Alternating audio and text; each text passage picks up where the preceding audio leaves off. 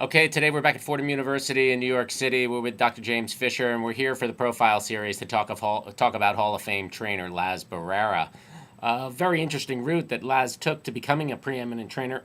Can you tell us a little bit about the way that he came? I know he's born in Havana, and exactly how did he finally get to the United States and become really the great trainer that he was? Well, Cuba, this is the pre-Castro era, of course, of several decades before, really, in his case, back to the 30s and 40s, where a lot of Americans cultivated these ties to Cuba for gambling and horse racing, things of that kind. He didn't get caught up in all that, those shenanigans. He was, again, a very steady, competent horseman who then saw opportunities in Mexico at the Hippodromo, at a slightly larger circuit, and did very, very well there, and then was enticed by a fairly obscure American trainer to try his hand on the West Coast, did very well there, and then with increasing success into the early 70s, then had the big break with Bold Forbes, who won both the Derby and the Belmont, with the great Angel Cordero in the irons.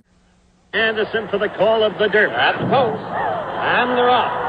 Old Forbes breaks forward to leave the Elocutionist alongside. Honest Pleasure is third in the center of the track. So what you had then was a kind of a Hispanic trainer-jockey connection, and this was an era in American sports where we were really beginning to see this great period of Hispanic presence, which had not been so pervasive prior to that time. My own personal all-time hero, Roberto Clemente, had just died a couple of years earlier, and he was an enormous hero throughout Latin America. And Barrera had this kind of great presence too, and great personality. And then, of course, in '78, the Wilson family had invited him to train their horse, Affirmed, among other horses, and Affirmed then became the third Triple Crown winner of the 1970s. The difference between Affirmed and Secretariat and Seattle Slew, the two prior Triple Crown winners, was that Affirmed had a tremendous challenge in all three races. He had to hold off the late-charging Aladar, a great colt in his own right,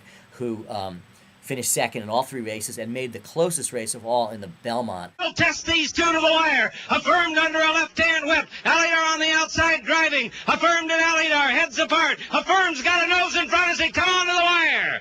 Quite a few years later, Laz got the chance one more time to go to the Derby with Mr. Frisky.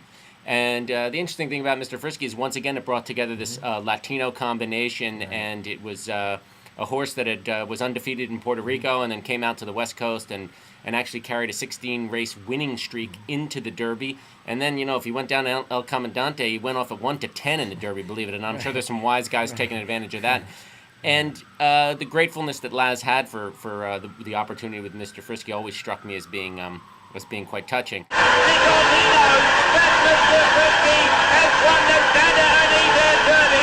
He's won it again. Video Ranger coming on from second. But it's Mr. Frisky to take his unique record of 16 straight wins. Extra para Mr. Frisky.